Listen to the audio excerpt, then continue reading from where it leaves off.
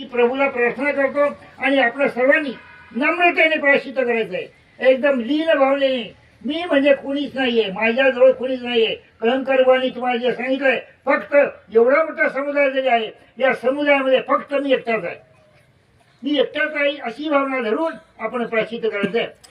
आपण सर्वजण उभे राहिलात, मी प्रार्थना करतो. त्या प्रार्थनेप्रमाणे आपण थोडस म्हणायचंय. डोळे झाका. डोळे झाकल्यानंतर कोणाला काही दिसणार नाहीये, तुमचे हावभाव दिसणार नाहीयेत. डोळे झाकल्यानंतर वास्तविक हृदयात वास्तविक मला बाधित होणार नाहीयेत.